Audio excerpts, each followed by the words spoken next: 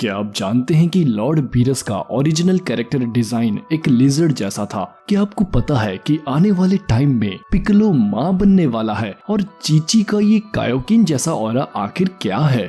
Hello दोस्तों, मैं हूं नेगस और आज मैं आप सबको बताऊंगा ड्रैगन बॉल सुपर और जी के कुछ ऐसे खास और हैरान कर देने वाले अमेजिंग फैक्ट्स। और मैं बेट करता हूं कि आप सब के सब फैक्ट्स पक्का नहीं जानते होंगे। जल्दी से शुरू करते हैं, बहुत मजा आने वाला है। Fact number 1, Dragon Ball Evolution movie and Dragon Ball GT inspired Toriyama to write again. Akira Toriyama sir Dragon Ball Z तक की कहानी तक सेटिस्फाइड थे और वो आगे की कहानी की जिम्मेदारी फ्रेंचाइज के बाकी लोगों पर छोड़ना चाहते थे, जिसके रिजल्ट में ड्रैगन बॉल जीटी आया, जिसे कि मैक्सिमम ड्रैगन बॉल फैंस ने इतना पसंद नहीं किया। लेकिन हद तब हो गई when the director of dragon Ball Evolution movie James Wong ने ये रिवील किया कि उन्होंने जिंदगी में कभी भी ड्रैगन बॉल जी नहीं देखा और ना ही कभी उसकी मांगा पढ़ी है। ड्रैगन बॉल एवोल्यूशन मूवी को फैंस ने इतना नापसंद किया कि अकीरा तोरियामा सर को मजबूरन ड्रैगन बॉल की कहानी को खुद लिखने सामने आना पड़ा। तो एक तरीके से हमें ड्रैगन बॉल सुपर देखने को मिला because of the failure of dragon Ball GT and Dragon Ball evolution.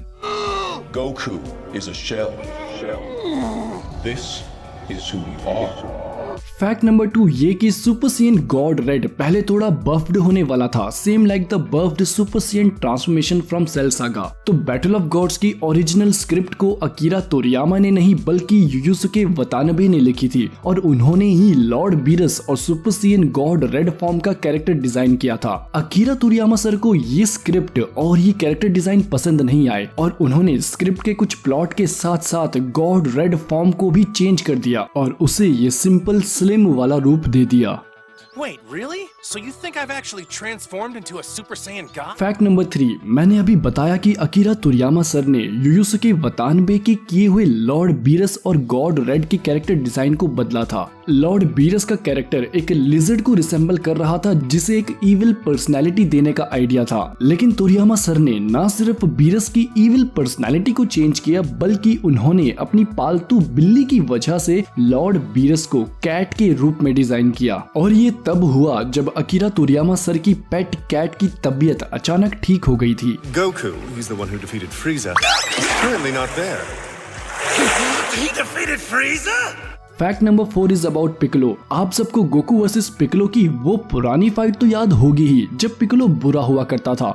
इस वक्त गोकू की उम्र 18 साल थी लेकिन पिक्कोलो सिर्फ 4 साल का था। गोकू पैदा हुआ था एज 736 में और पिक्कोलो पैदा हुआ था एज 753 में। तो नामेकिन्स की ये भी एक खासियत है कि वो बहुत जल्दी ग्रो होते हैं।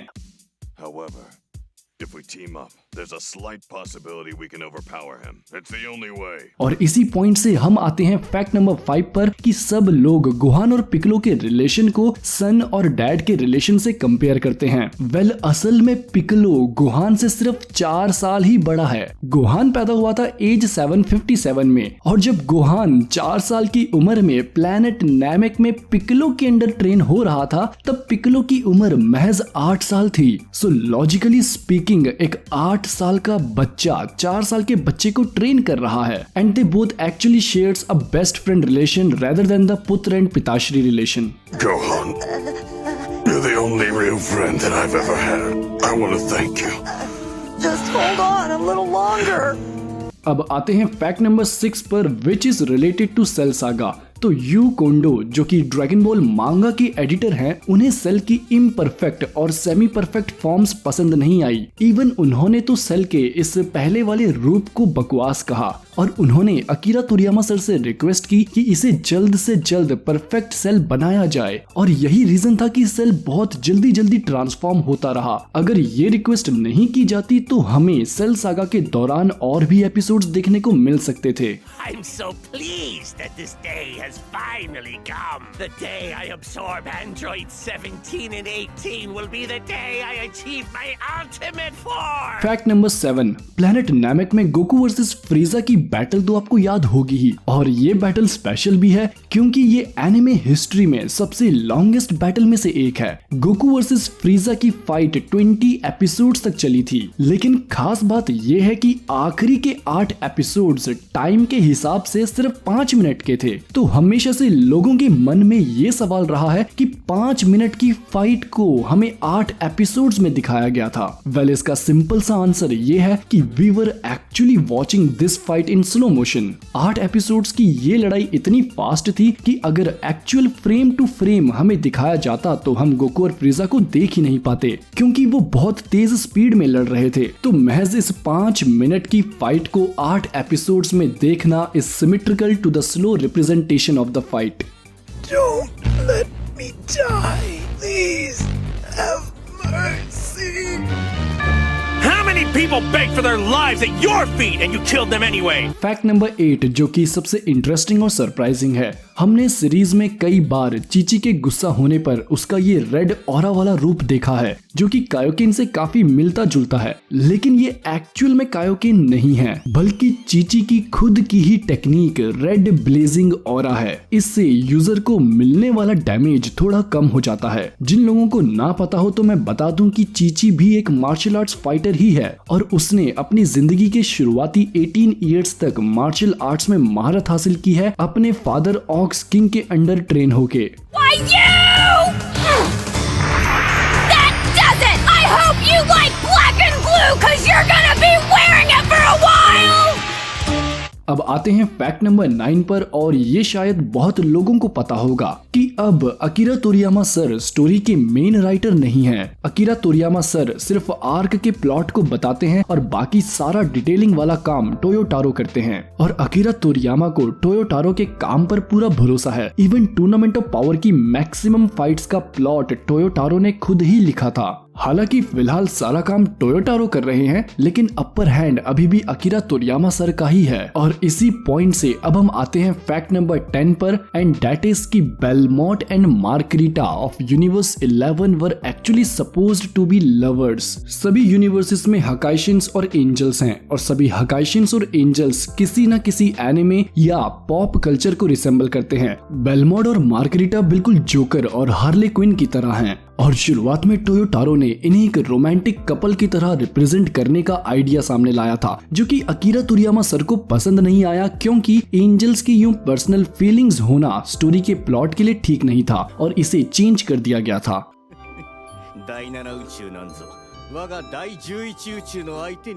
Fact number 11 is the character of Launch stopped appearing in Dragon Ball Z, क्योंकि अकीरा तोरियामा सर उसके बारे में भूल ही गए थे। Hiroshi would like this girl?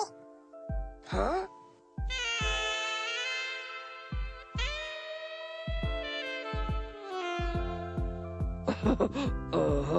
Fact number 12 is again about Namekians. तो नेमेकियंस की एक खास बात तो ये थी कि वो लोग बहुत जल्दी ग्रो होते हैं, लेकिन the most amazing fact is that कि Namekians reproduce asexually and vomit eggs from their mouth. यानी नेमेकियंस की रेस में कोई मेल और फीमेल नहीं होता, सभी नेमेकियंस एसेक्सुअली रिप्रोड्यूस करके एक एग को अपने मुंह से रिलीज करते हैं, जिससे कि एक नए नेमेकियन का जन्म होता है। और हमने देखा था कि कैसे पिकलो किंग पिकलो के एग से पैदा हुआ था, तो शायद बहुत जल्द ही हमारा पिकलो भी मां बन जाए।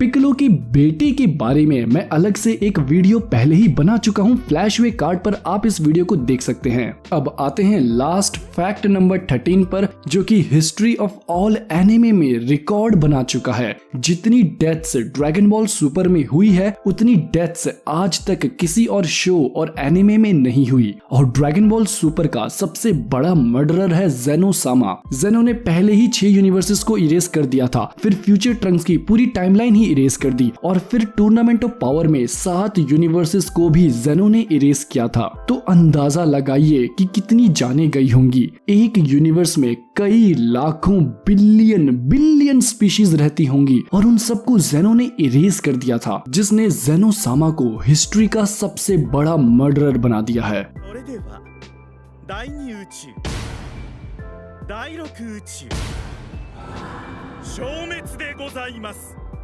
तो ये थे वो सारे फैक्ट्स और मुझे उम्मीद है कि आपको इनके बारे में जान के अच्छा लगा होगा। और मेरे पास कुछ और नॉर्मल फैक्ट्स भी हैं जिन्हें मैंने गिनती में इंक्लूड नहीं किया क्योंकि वो मैक्सिमम सभी लोगों को पता होंगे। जैसे कि ड्रैगन बॉल सुपर में maximum of Gohan appearances is actually filler. Krillin की कोई नाक नहीं है और इस पर भी मैं एक वीडियो बना चुका हूँ, फ्लैशवे कार्ड से आपको ये वीडियो मिल जाएगा। अकीरा तोरियामा सर का फेवरेट कैरेक्टर पिकलो है because of his personality and उन्हें पिकलो को ड्रॉ करने में बहुत मजा आता है। और गोटेन को स्टोरी में इंक्लूड किया गया था गोकू को रिप्लेस करने के आइडिया से, जो कि फैंस को पसंद नहीं आया और आज हम सब यहाँ पर हैं। तो कमेंट्स में बताओ आपको सबसे इंटरेस्टिंग फैक्ट कौन सा लगा, और जिन्हें ये सारे ही फैक्ट्स पता थे तो उन्हें सॉरी मेरे भाइयों, नेक्स्ट पार्ट में आप लोगों को पक्का हैरान करके रहूंगा। फिलहाल अपना फेवरेट अमेजिंग फैक्ट कमेंट करके बताओ, और अगर मैंने कोई फैक्ट मिस कर दिया हो तो उसे भी शेयर करो ताकि नेक्स्ट पार्ट में मैं उन्हें भी वीडियो में इंक्लूड कर पाऊं। और जल्द ही 100 के हो जाएंगे तो ज्यादा कुछ नहीं, बस इतना कहूंगा कि चैनल के सब्सक्राइबर्स वो स्पिरिट बॉम्ब हैं जिसमें